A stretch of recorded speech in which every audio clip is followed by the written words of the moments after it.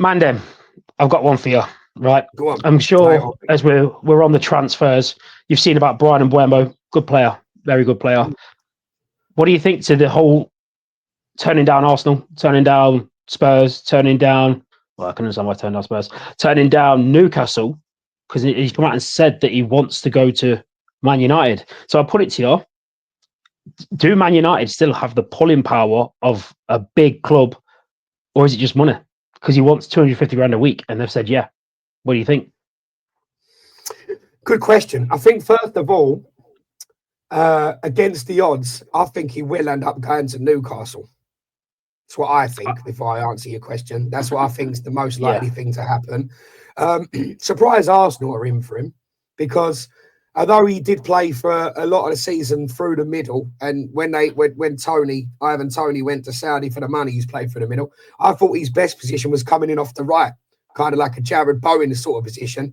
And they're collecting right wingers. We spoke before about Saka, Ranieri, and now they've made a bid for Kudus as well.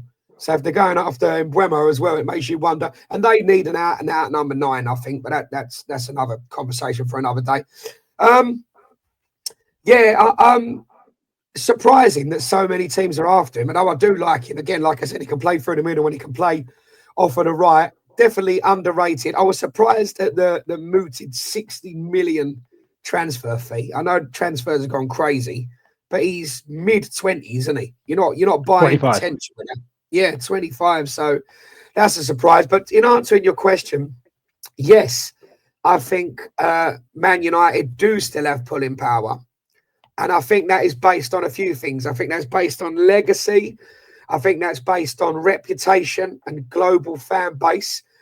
Remember, although to you and I, who grew up with that Ferguson team in the 90s and early 2000s, in comparison, it's been a disaster. They still managed to pick up a couple of trophies under Ten Hag, So players on the continent or in other countries or whatever are still looking at that, seeing that as an opportunity to come over. It is an iconic club, without a doubt.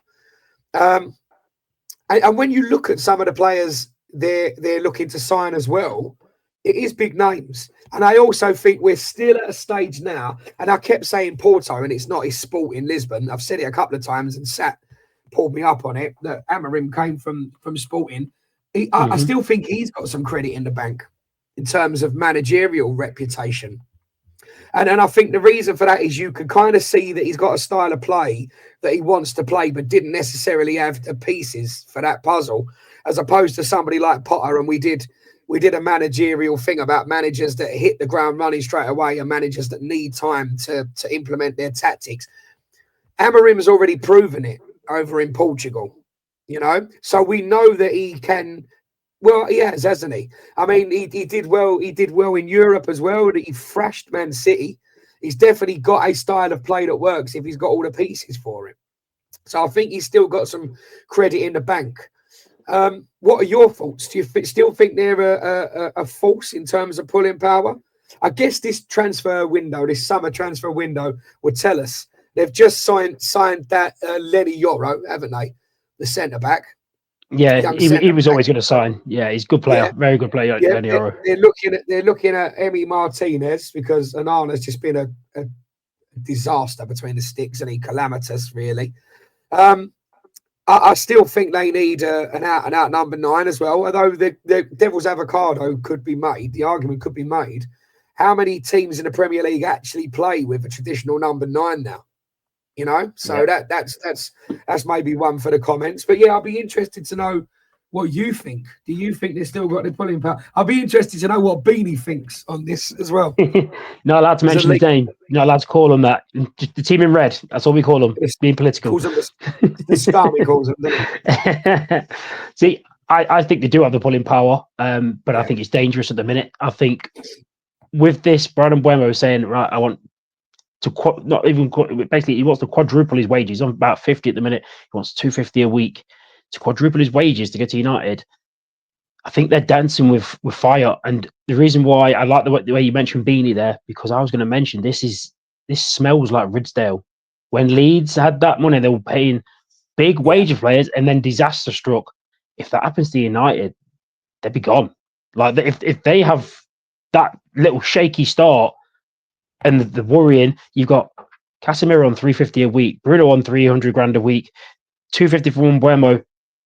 Diallo will want, Sancho's coming back on 300. Rashford's on 350. I mean, I don't see them getting relegated just because the teams coming up are so poor. And in comparison, like the step is huge at the minute, but it only takes, say, 10 games in, and say you've got Leeds and Sunderland have just gone bang, 1-6 out of the first 10. That's scary if you've got, say, Man U and Spurs down there. Spurs have got money to spend because they're now in the Champions League, but Man U don't have that. And so, yeah, I think they do have the draw power, but remember Leeds had that draw power and they bought in shit players. I think it's a very important summer for United. The wrong signings could be disastrous. I mean, the pulling power, Bruno's turned down apparently 700 grand a week to stay. Great thing for United, but don't see where he fits in their team. If they're playing this 3-4-3 with, say they do get Mbuemo, who's not really a 10. So say he plays in the striker position, you got Cunha, and then you're probably going to have Diallo, or are you having Fernandes there? Because at the minute, every time I've watched Fernandes, the commentators say two different things. If he plays in the centre midfield position, he looks lost. When he plays in the 10 position, he's crowded out and needs to get on the ball. Hey, pick. Is he a 10? Is he an 8? Is he? Where do you want him? And this is baffling. I don't know if you heard this, that Ruben Amorim, I don't know how true this is, reckons that he can turn Cunha into a holding midfielder. What? This was come out. This is when I was listening to TalkSport. They reckon, I think it was Alex Crooks who said it, that apparently he reckons Cunha could be a holding midfielder because of his technique on the ball, his ability with it, the ability to drop a shoulder. He could be their way out. And I'm like, mate, that sounds like an Adil Tarabda experiment. Like, that doesn't make any sense. Yeah. That sounds like us with bring about the Mulby experiment. That's what that is. Yeah. I don't get it. I still think there'll be fireworks. I just don't think Cunha works hard enough off the ball for what Amorim wants. And I think with that sort of system, you can be exposed. And I know you said he's got credit in the bank, but if you're managing Porto, Benfica, or Sporting Lisbon in the Portuguese league, you should be competing. And that's not no offense to the Portuguese league, because Braga had their moments where they were good. You should be competing for the league title in there. It's, to me, and I know you said that they beat Man City, but then look what happened to Man City afterwards. They hit a horrible run of form, and then when he left, they got battered in the league. And then there's talk of Pedro Goncalves. He's going to be leaving soon, apparently. Chelsea have just bought 3 of their top youth players from Sporting Lisbon. Diamande's on the lookout. Ignacio's on the lookout for another club. But that team's going to be ripped apart. I don't get it. I don't think he has as much credit in the bank as you think, because he's pissed off a lot of players. You're going to lose Garnacho, who's a good player at the team. I know we don't fit into that system, but you're going to then bring in players to fit into this one system that not many people play. And then if you do get rid of him, you do have another Ten Hag incident, you're going to have to spend money again because the players you've got now don't fit into the system. And I promise you now, the youth team ain't playing 3-4-3. No. The reserves ain't playing 3-4-3. So how are you supposed to bring people in? You've got to start the whole process again.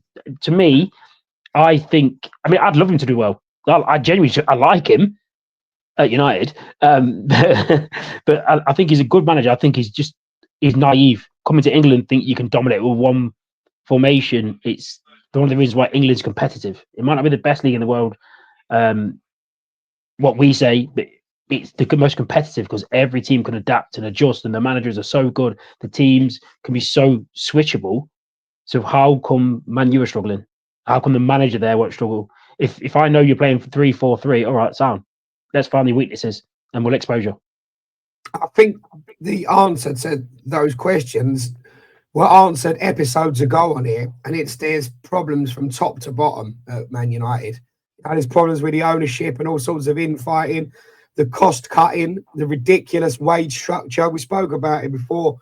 They've got a lot of problems here, but that's probably a whole episode on its own. Just coming back to Bruno Fernandes, what does he offer? He takes penalties and argues with refs. Miserable bastard. And finally, it's just to bring you back to Cunha. I was going to ask, maybe not as an holding midfielder, but what do you think of that as a centre forward signing, as their sort of marquee signing. Hoyland's not worked, has he? He seems to have more potential, but what do you think? It's underwhelming, isn't it? It depends what you look at. I mean, he scored, what is it? I think he got 16, 17 goals playing for Wolves, and no discredit to Wolves, but they were struggling toward the bottom end of the table. I know that's where Man U are, but you'd expect him to get more of a chance. To me, it's more telling that Arsenal pulled out. Arsenal pulled out of interest, and the Cunha signing is a Liverpool signing. That's the sort of thing Liverpool will go for. Like we just got Frimpong because the release clause made sense and it worked for what we That's need. a hell of a signing. With Cunha, 60 million is a Liverpool kind of signing where you think, you know what, you can fit into that 10 position that we used to have for Firmino. So for Liverpool to go, not even be in the conversation, we obviously do our diligence on the person as well. We do a lot of personality stuff, and do they fit into not only our brand, but with the personality we have in the squad. And for Liverpool not to even be considered that, I think that's telling. I think that's very, very telling that his attitude has put off so many clubs. Just a quick question before we wrap this up. Maybe it's a subject for in fact, we'll save it for another video. For now, let me know what you think. Let us know what you think in the comments. Do Man United still have the pulling power of old? Do you think they're going to regroup and get their war chest out and rebuild, or do you think they're on a steady decline? What's the chances of them even being relegated? I mean, that would be something, wouldn't it? What a fall from grace that would be. You know, no one likes to see that, but especially Beanie. So, yeah, let us know in the comments below what you think. Have Man United still got the same force in the transfer window?